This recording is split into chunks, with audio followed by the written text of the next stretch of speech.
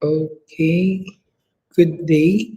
So this video lecture is about our week 4 lesson. Okay, the last modifiable risk factor of lifestyle diseases. So as I've mentioned, the topic is all about modifiable risk factor of lifestyle diseases, and we discuss smoking, sedentary lifestyle, excuse me, alcohol, drugs, then dietary habits. So this is the last type of risk factor, which is stress.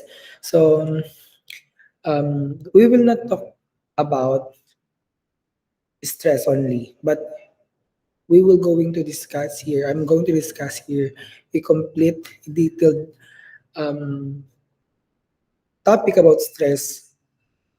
It's all about stress management. Okay? Kasi very, very timely now in this generation. Like, during our generation kasi kapag sinabi nating stress, they will not treat you as, they will not treat you very seriously. Like, pag sinabing stress, mag-open up ka ng problema, and they will go into comment like, ang dali na naman ng problema mo, ba't hindi mo ma-resolve?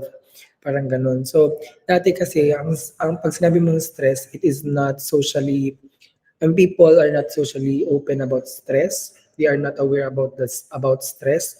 And parang yun nga, they don't treat it as a medical problem. But now, you are blessed. I mean, I'm very happy that pag sinabing stress, it is already considered, I mean, I'm not happy na consider na siya as social, I mean, and medical problem, but I am really happy that people nowadays consider stress as a very serious illness or disorder. So yun yung pag-aaralan natin, the last modifiable risk factor, which is stress. Okay? And we will talk about stress management. Okay, these are the objective, but never mind the last objective kasi nga you will not going to do that anymore. We're still finalizing kung ano yung magiging peta ninyo. Okay, and two value statement here: mental health is not a destination but a process. It's about how you drive, not where you're going. According to Noam Spencer, PhD. Okay, so ang ibig sabihin lang yan, we tend to seek, or we always think na sana wala ng problema, sana wala ng stress, sana sana maging okay na lahat. But it's not all about thinking kung papaano lang, I mean, kung paano ma-resolve yung problema, but rather how you as an individual going to solve that problem, the process itself. So technically, the statement of Mr. Noam is talking about or referring how you will going to cope with stress and how you deal with stress. Hindi lang sapat yung sana wala lang problema, but you need to do something about it to solve your problem.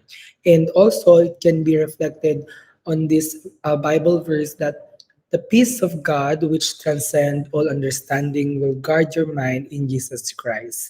Okay, so always cling to the Lord. Okay, because if you really address your concerns to Him, okay, I believe uh, He always help us. And sabi nga nila, hindi siya nagbibigay ng challenge na hindi natin nakakaya. But also, always bear in mind that nagdasal naman ako, pero bakit hindi ako hinil ni Lord? Hindi ako, parang hindi ko na-feel yung presence ni Lord, okay? Ang another saying, like in Filipino, this is for us, I mean, gawang Pinoy, that nasa Diyos ang awa, nasa tao ang gawa. You do your part and God will see that and God will bless you and God will guide you. Okay? So, yun lang. Okay? Two value statement that we need to ponder as we going to discuss the topic. Okay, another essential guide question: how can active lifestyle prevent us from stress, and why do we need to learn the significance of stress management? Again, essential guide question are there for us to be guided para pag diniscuss natin yung different slides later on, okay, we will going to answer. As we're going to discuss the topic, we will answer these questions. Okay, so what is stress? So I have here three questions. What is stress? Second is that what makes you stressed? And third is that how do we deal with stress or how do you deal with stress? So let's discuss the first question, which is stress. So ano nga ba ang stress, class? So if we talk about stress, stress is the body's response to physical, mental, or emotional pressure. Last time we identified the different sources of stress, like um, we talk about physical stressors, like next is that um, emotional stressors and environmental stressors. So anything that will make us pressured, feel us make us feel overwhelmed, anything, okay, na nagti-trigger sa peace of mind natin is considered stress. You now, as a student, your number one stressor should be your academics because of the different requirements, exams, quizzes. Kaya ang number one na stressor nyo is your education or your academics. Now, if this pressure, okay, acknowledge if this pressure acknowledge our brain, so it can cause chemical changes in our body. Hindi lang sa utak yan. Kasi ang utak kasi, it will interpret everything eh. So kung problem sa kanya to, sasabihin niya sa katawan mo, uy, may problema. So, these glands, these organs sa katawan natin, they will produce hormones, then it will react. Our body react to these challenges. At kapag nangyari yon, okay, it it will lead to, it will make our blood pressure higher, okay, our heart rate will palpitate, and also blood sugar level, tumataas lahat. Okay? And kapag nangyari yon, it may also lead to feeling of frustration, anxiety, and anger or depression. So kaya nga pansin ninyo ang taong diagnosed ng stress, depression, anxiety, konting trigger lang sa kanila, sumasabo sila. Why? Kasi nga abnormal na yung function ng some of their organs or some the production of normal hormones sana is nadodoble because the heart palpitate too much. Okay? So, lahat kasi yan may connection eh.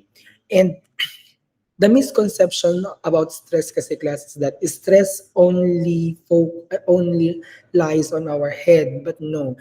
If we talk about stress, class, it is a whole body response. May nangyayari sa buong katawan mo. Stress can be caused by normal life activities or by an event such as trauma or illness. Long-term stress or high level of stress may lead to mental and physical health problem. Okay? So, madaming causes ng stress. Okay? Katulad ng sinabi ko last time, takot ka sa lasing. Kasi nga, papa mo lasinggero at pag naglalasing, nananakit. Okay? It can be. Or na-hospital si mama, okay? Then na-survive ni mama, then mayat maya may na-hospital ulit, okay? These are life events that can cause us stress, trauma, okay? So, wait lang. So, stress, okay, stress, madaming pwedeng maging cause ng stress. And going back with my first statement, it is a misconception na kapag sinabing stress, it only stays here. Stress affects the whole body. Okay? Mamaya, i-discuss natin yan more detailed. Okay, so causes of stress among the young generation nowadays. Okay? There are many. These are only few. Okay? Number one is that adjustment to new level of independence. Okay? My example here is that you're not from Tugigaraw, first time mong malayo sa bahay ninyo, sa home ninyo. Then the moment that your parents assisted you, accompanied you going here in Tugigaraw for the very first time, for the very first time na sasamahan ka nila dito pero uuwi sila without you. Okay? Like, you will do everything independently again. I mean, you will going to do independent for the first time rather. Okay? Nagkakaroon tayo ng stress. Lahat ng bagong experience natin will make us pressured, will make us feel overwhelmed kasi we are not used to it. Okay? But as I've mentioned also, as a living organism, our number one characteristic is that we learn how to adjust. Okay? So I believe it's already September, naka-adjust na kayo sa environment dito sa Tugigaraw, dito sa USL. But nung nangyari kasi yon like, inatid ka, sinamahan ka sa apartment, nag-ayos, then after or kinabukasan, sinabi ni mama mo or papa mo, "O anak, uuwi na kami mamaya. Pag uwi mo dito galing school, baka wala na kami." For the first time, okay, ang layo mo sa parents mo, ang layo mo sa mga kapatid mo. And you are used to pagkagising mo nung sa umaga, prepared na lahat. Pero ngayon, do it on your own. Okay?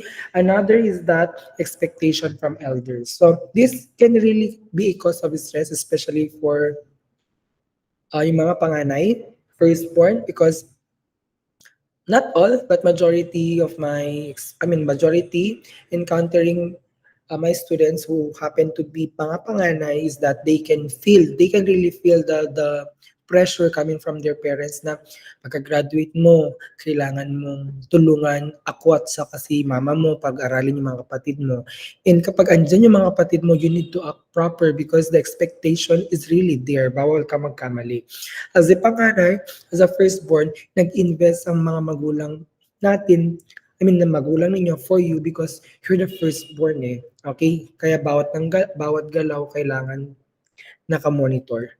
Okay, number 3, you have romantic problem. Now, it's okay at your age, you're exploring things like you're being attracted to someone, and that's totally fine and that's totally normal because it's a natural reaction of our body to be attracted to someone. Now, romantic problem, just make sure that if you engage into a relationship, make sure that you are a source of support, not stress to your partner. Okay? So, if the support coming from your family is not there, or not enough, okay, you can engage into a relationship to receive another support system. But then again, make sure that you are a support, not a problem, not a cause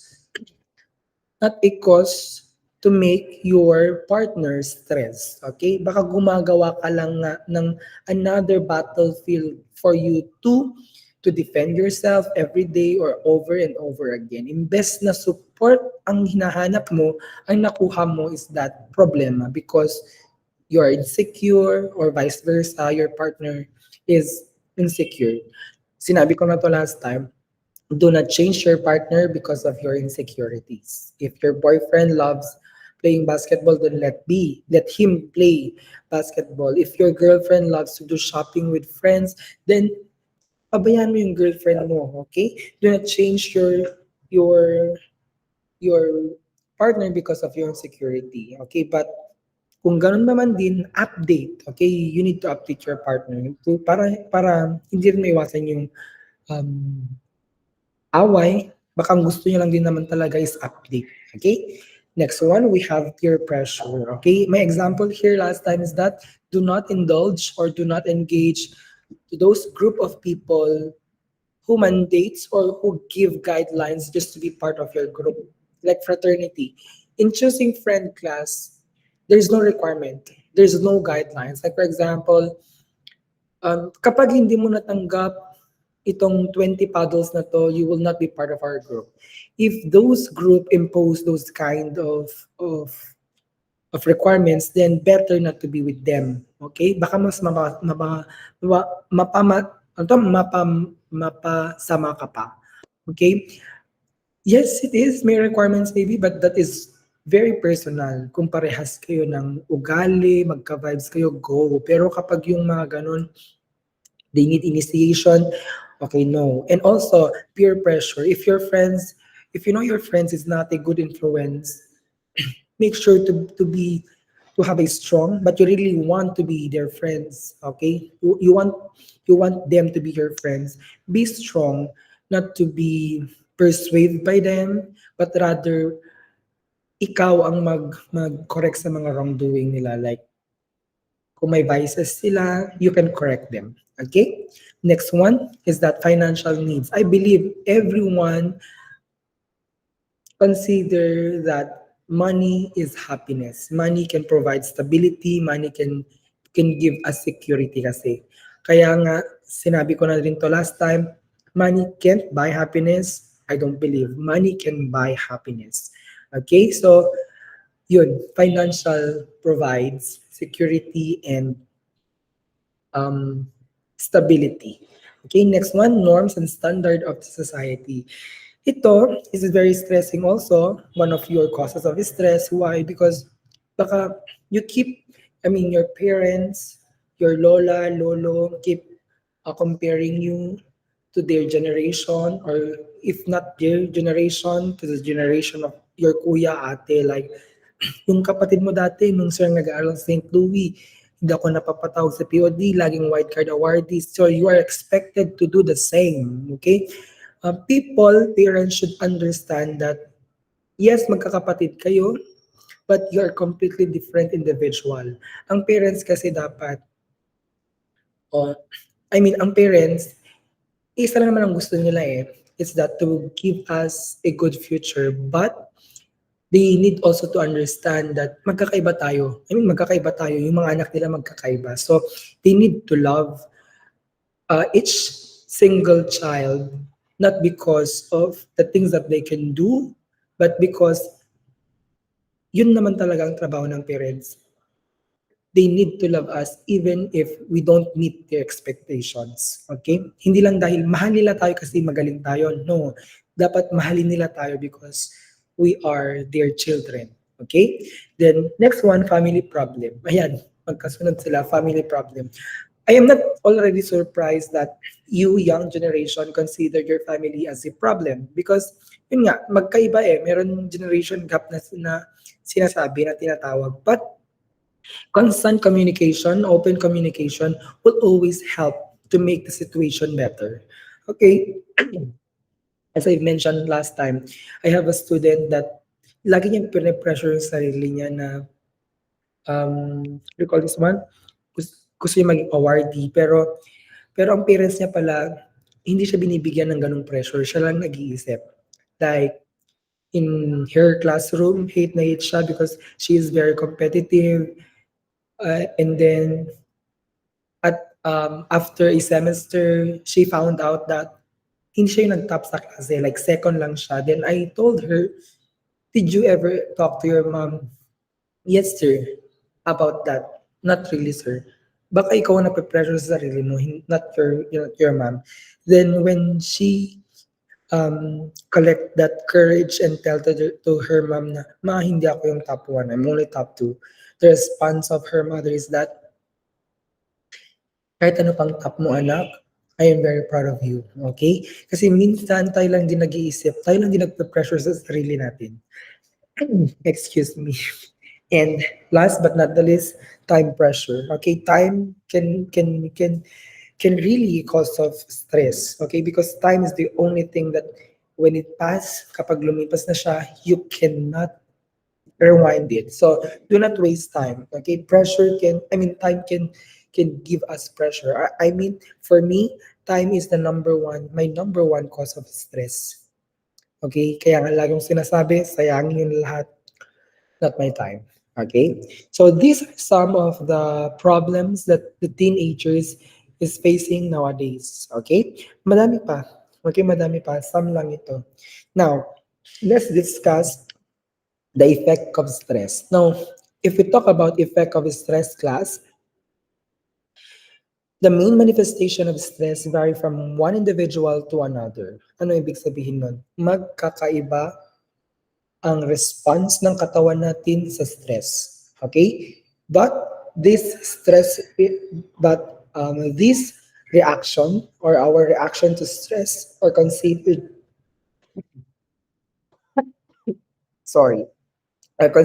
automatic, natural. Na kapag ang brain natin nakadetect ng stress, automatic yung response. Ang hindi maganda doon, class, it is subconscious. Hindi natin namamalayan na ang katawan na pala natin is nagpa-function differently from the natural or from unhealthy function to not healthy function. Okay?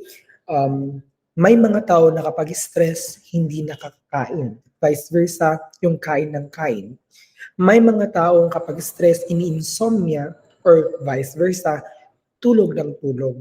So, the effect of stress to our body can affect our indigestion, also our sleep pattern.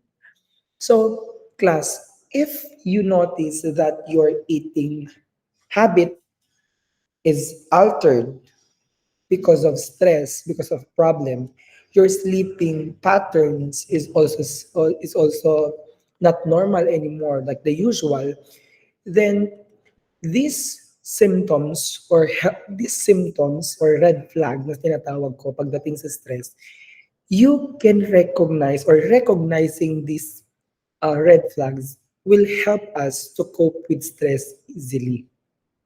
So let's review for in a short, okay? So dito ipapakita ko sa inyo kung ano yung epekto ng stress sa katawan natin. Okay? And what will happen if the level of stress, or I mean, the presence of stress rather, is always there, hindi na nawala sa utak natin, hindi na nawala sa buhay natin because too long or too exposure to stress can lead us to a very serious health problem. So again, class, kapag sinabi nating stress, these are emotions, these are feeling, okay? When we feel challenged, when we feel overwhelmed, okay? It is a physical response that travels throughout our entire body. Stress doesn't only stays here. Stress travels sa buong katawan natin. Because stress is like a hardwire na kapag sinaksak mo, biglang magla-light yung ilaw. Same, na kapag yung utak natin nakadetect ng stress, ang brain natin sasabihin, stress ka, may problema ka. Then anong mangyayari? Okay, the brain will translate this information that you are stressed throughout your body. Magkakaroon ng physical reaction. And that physical reaction will, okay, will revolve to our entire body. Okay? So, stress, for a short term, it is advantageous. Why? Number one, it keeps us motivated. Mino-motivate mo pa yung sarili mo. No, kaya mo yan. Sa first phase to ng stress, kaya mo yan. I believe in you, to your skill, to your talent, okay, to your strategy. Number two, it make us closer to God, okay? So, napapalapit tayo sa Panginoon. Why? Because we ask His presence throughout the problem na sana malagpasan natin to. Okay? Number three, develop our strategic skills. Because in the first phase of the stress class, you tend to solve it. You tend to solve, you tend to plan on how you will going to solve that problem. But if you are not doing anything in a long term to solve your problem, in a long term, stress can lead us to a very serious health problem. Excuse me. Okay? So, katulad ng sinabi ko, may example during your PETA 1 last midterm, like the training plan, kung ikaw yung estudyante na ginawa ka agad yung plan, like nung sinabi ko, when I gave my instruction, then you plan, you plan immediately the plan, then morning, you already record yourself to do the activity. Okay? Nung binigay ko yung PETA, the stress is already there because you know your brain is informed that you need to submit, you need to do this performance task. So if you do the fight mode, because there are two modes on how we handle stress, it's either fight and it's either flight. The fight mode is considered adaptive approach. The flight mode is considered maladaptive approach. Anong pinagkaiba ng fight sa flight? Pag sinabi kong fight, okay, the level of stress on its first phase, for example, on our activity, the PETA, is that it is very high. Ang taas-taas ng stress level natin. But as you do the activity, your requirements, nagplano ka, ginawa mo yung day 1 video, Then, habang mapalapit na mapalapit yung deadline at nagagawa mo yung activity, the level of stress is getting lower, bumababa. Okay, kasi may ginagawa kayo and by the end, by Saturday, you already uploaded the activity. Okay, then Sunday, the stress is no longer there. Okay, kasi ginawa mo siya on time, hindi ka na late, napasa mo siya. Okay, that is fight mode. Sa first phase, ang taas ng level ng stress. Pero habang patagal ng patagal, okay, bumababa yung level ng stress. Okay, next one, the flight mode. That is a maladaptive, in other term, negative. Okay, on the first phase of this of flight mode, the stress level is very low. Pero andun pa rin yung presence ng stress. Alam ng utak mo na meron kang activity. Very low nga lang yung level ng stress kasi hindi mo siya pinapansin eh. Kaya nga tawag flight mode. Okay? So, flight mode. Pero habang patagal ng patagal at papalapit ng papalapit yung deadline and you're not doing anything because of procrastination, the level of stress is also getting higher. Hindi nawala yung presence ng stress.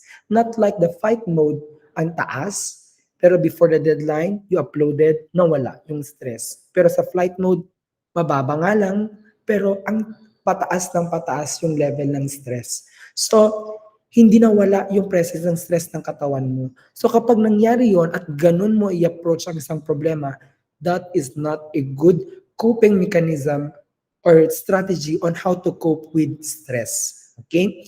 So, what is the first organ na nagre-react? Okay? Na nagre-react kapag na-stress tayo aside from brain. Okay? The first one is our kidney. Huh? Kidney? Kidney talaga, sir? Anong connection ng kidney sa stress natin? The kidney, we can found there our adrenal gland. So anong ginagawa ng adrenal gland? Adrenal gland produce hormones inside of our body. So ano yung mga hormones na pinoproduce niya? Number one, cortisol. Number two, norepinephrine. Number three, our epinephrine or our happy hormone. So these hormones, okay, travels inside our body with a correct number only, specific number only. Pero kapag sinabi ni brain na stress ka, this adrenal gland, pwede siyang mag-produce ng abnormal number of cortisol, norepinephrine, or epinephrine. If we say epinephrine in more popular term, it is the adrenaline. At anong ginagawa ng adrenaline sa katawan natin, class? It makes our heart pumps faster. Okay? That leads to it increase our blood pressure. So kapag ang puso natin mabilis ang pagtibok, mabilis din yung daloy ng dugo.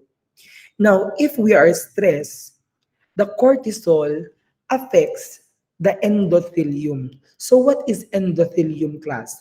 If we say endothelium, this is the hole where the blood flows. Ngayon, kapag stress ka at maraming cortisol sa dugo mo, it can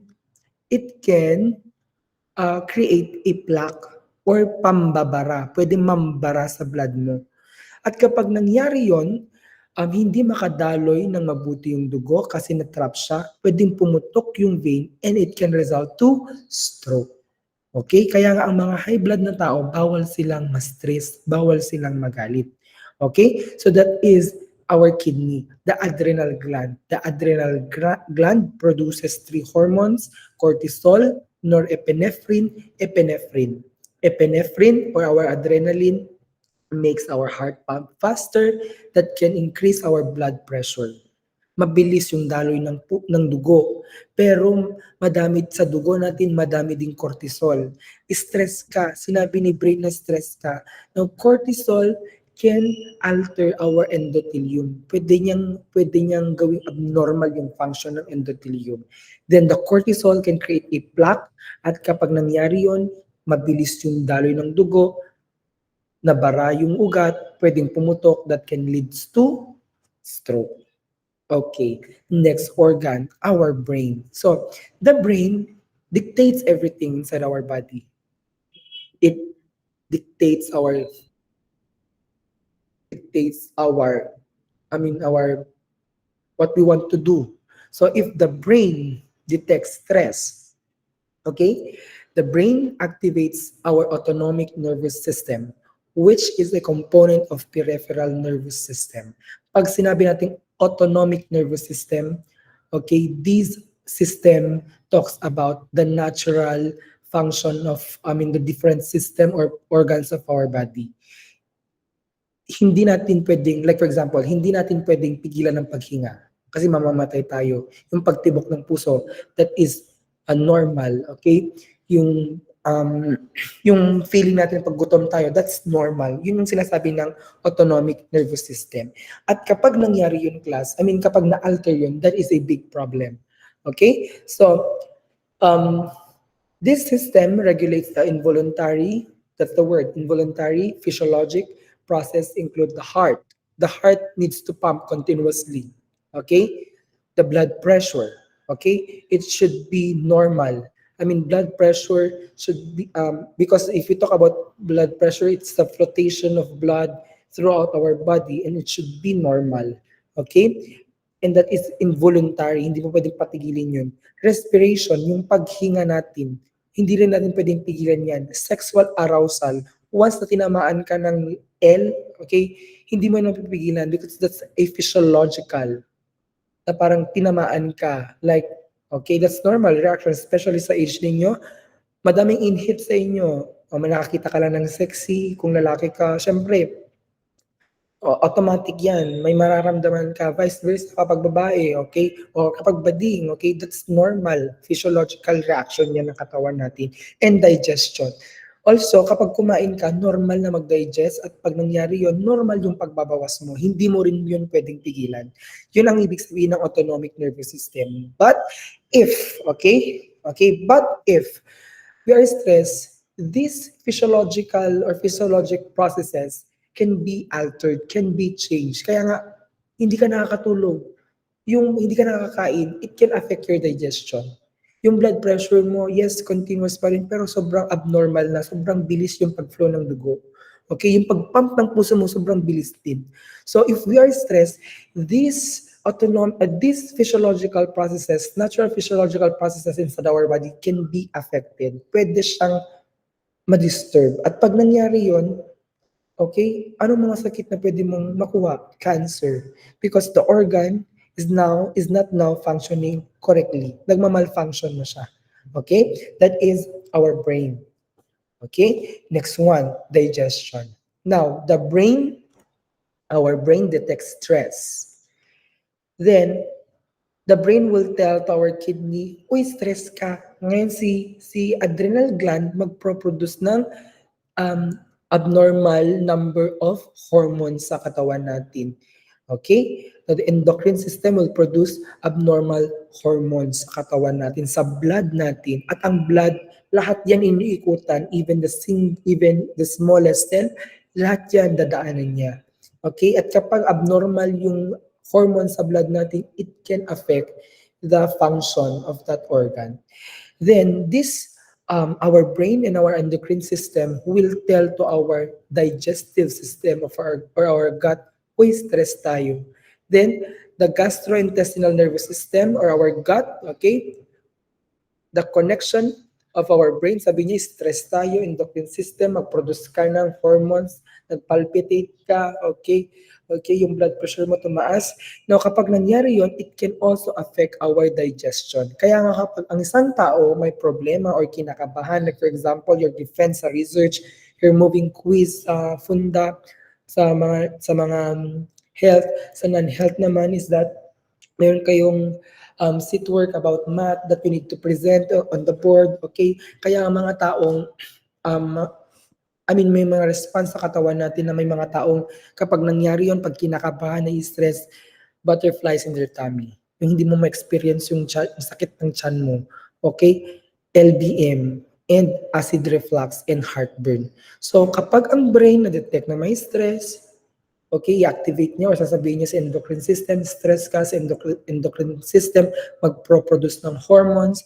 Tapos yung mga hormones na yun, dadaloy sa buong katawan natin, it can affect our gut or our gastrointestinal nervous system. Now, the last, not really the last, but the most crucial, pinaka-importanteng sistema ng katawan natin na naapektuhan ng stress is our immune system. Now, the immune system protect our body from outside invaders like viruses, bacteria, fungi, and toxins. Now, if our immune system is weak, we became susceptible to different diseases.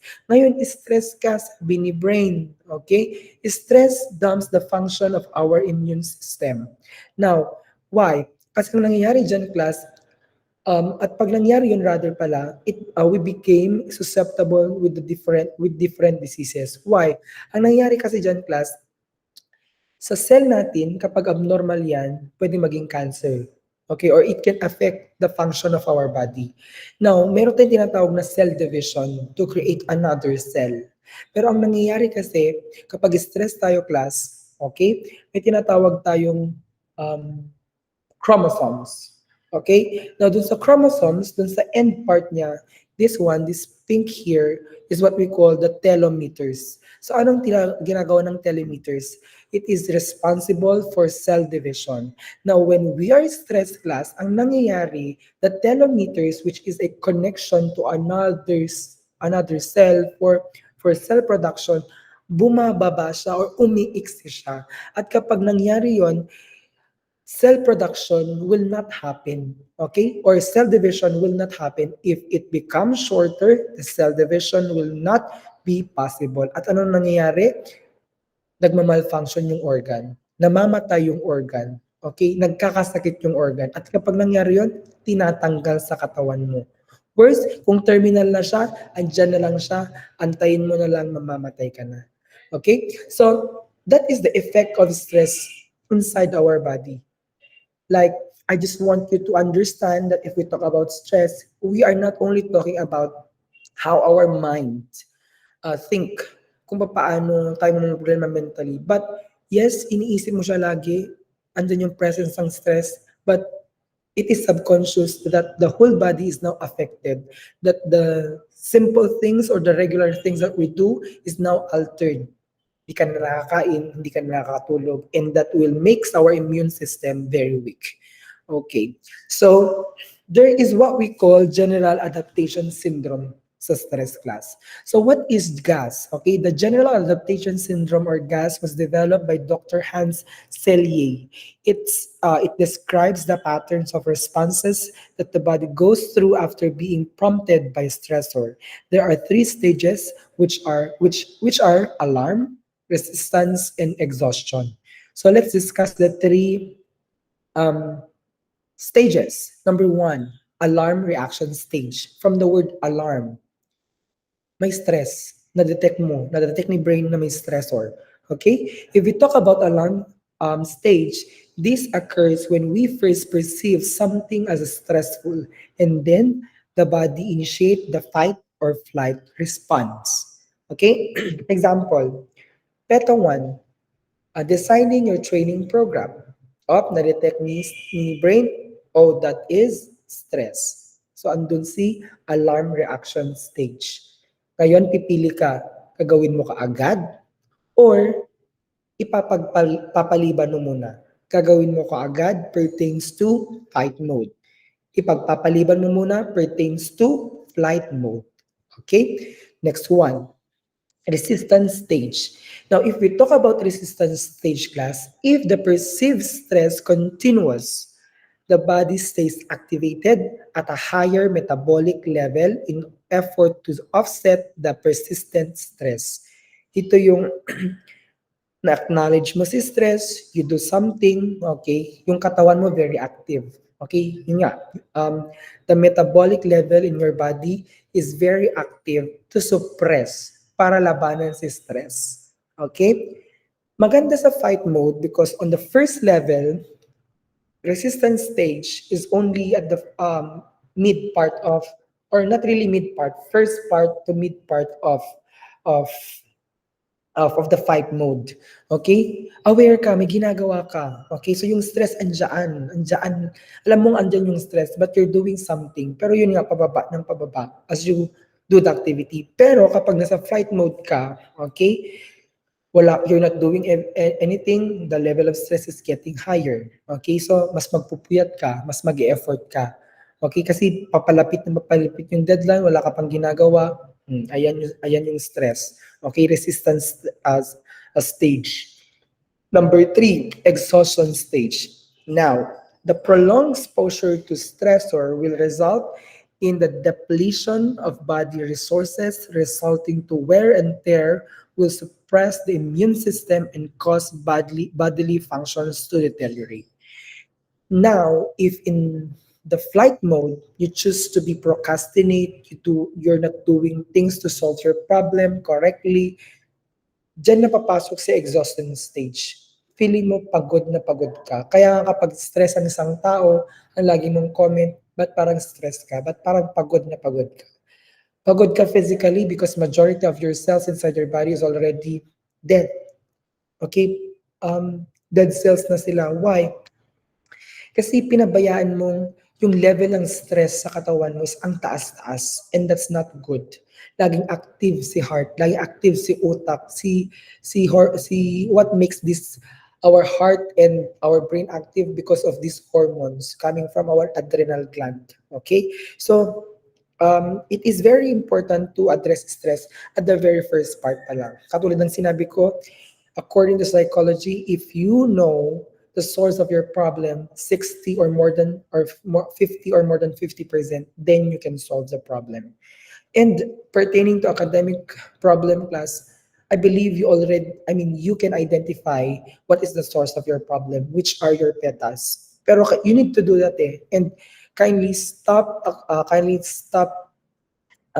doing procrastination because wala siyang magandang ibibigay sa inyo.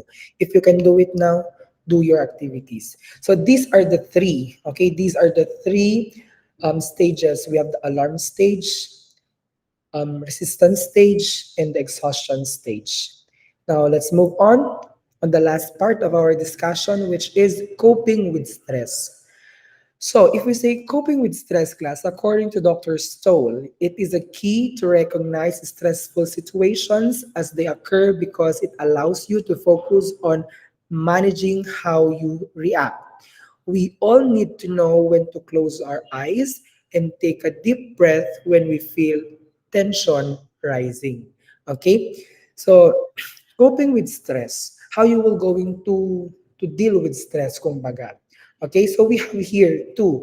We have coping strategies like coping is the process of spreading conscious effort and energy to solve personal and interpersonal problems. Coping strategies can be positive, which is adaptive, or negative, maladaptive. So if we talk about adaptive class, these strategies help reduce the stress in constructive and sustainable way. Example of this is that recreational activity, doing things that you love. Another is that time management. Okay, you need to manage your time in order to address all your responsibilities. Okay, and if you say maladaptive, vice versa, these may provide short-term relief, but often worsen stress in a long run. Example of maladaptive vices. Pag-inom ng alak, paninigarilyo. Wala itong ano to? Wala siyang end result na magiging, that I will consider is positive. Okay, adaptive, positive approach. Maladaptive, negative approach. Okay. So, we have also here appraisal focus strategy. Wait lang, i-icon ko muna lahat para pag diniscuss ko siya, makita nyo lahat. Okay. So, okay, wait lang. Another is that we have appraisal focus strategy, problem focus strategy, emotional focus strategy. So kapag sinabi nating appraisal focus strategy, in another term, adaptive cognitive, sa utak siya. Okay, sa utak mo siya. So, ang ibig sabihin lang niyan, modifying your thoughts, processes associated with stress when the person modifies the way they think. Example, employing denial, distancing oneself from the problem. So, ang approach mo dito, class, is that cognitive, for example, brinig ka nung jowa mo for third party, ang gagawin mo, ang isipin mo, okay lang, hindi siya kawalan, makakahanap ako ng bago, mas deserve ko. Or hindi mo sila papansinin. You set your mind na pag nakita mo sila, huwag mo na lang silang pansinin, like hindi mo sila kilala. That is your approach. Cognitive approach. Appraisal. You alter the way you perceive these people, the problem. Your cause of problem in that example is your boyfriend and his new girlfriend. Okay? Or vice versa. Pag sinabi nating problem-focused strategies, adaptive behavior, kung papaano ka not really gumalaw, pero paano mo siya gagawin. I mean, behavioral eh. Merong physical yan eh. Meron kang kailangan gawin. Okay? A problem-solving technique in which an individual addresses a problem or stressors directly in attempt to alleviate or eliminate it. Okay? Feeling lonely, join a local group. Stress at work, set a strong work boundaries, or find a new job. Okay, anong ibig sabihin ng problem focus or adaptive behavior? Okay? Balikan natin yung example mo dito. Ang sabi mo is that hindi mo sila papansinin, like hindi na sila mag-exist kasi cognitive. Pero dito sa behavior, kung ang problema mo is yung jowa mo, okay, yung ex-boyfriend mo pala, anong gagawin mo? Okay, it's either i-confront mo siya, like, why? Okay, why? Bakit mo to ginawa? Okay, bakit mo, kung para ma-is yung emotions mo, okay? So, why? Ba't mo to ginawa? Okay? Pwede mo din siyang saktan kung kung yun ang gusto mo. Pero I am not employing na manakit ka ng tao. Pero we are talking about behavior kasi dito. You're doing something to solve or to alleviate your stress, okay? Para mabawasan yung stress mo. Adaptive behavior, okay? Ayan, another example, feeling lonely, di lumabas ka, magkisama ka, okay? Behavioral. Stress sa work, okay? Set a strong work boundaries or find a new job. Kung hindi mo na talaga kaya yung trabaho mo because it's very toxic, umalis ka. That is behavioral. Okay, completely cut your relationship with your organization, then go and find a new job. Okay? Hindi lang basta cognitive na iniisip mo na huwag ko na lang pansinin. Okay? Huwag ko na lang isipin. Behavioral, there is need an action of it. Okay? Emotional focus strategy addresses the feeling associated with stressors. Example, allows myself to express my feelings. Okay? Like, umiyak ka. Umiyak ka kasi nasaktan ka, kasi nalaman mong may third party. It feels free to express my emotions. Like, pinabayaan mo yung feeling mo na i-feel mo yung emotion mo. Kasi yun naman talagang totoo, ang dapat, class. When you feel something, feel it. You don't need, hindi mo siya kailangang pekehin. You need to feel it so that after that, you're okay. Okay, umiyak ka, nagwala ka, okay, ano pa ba?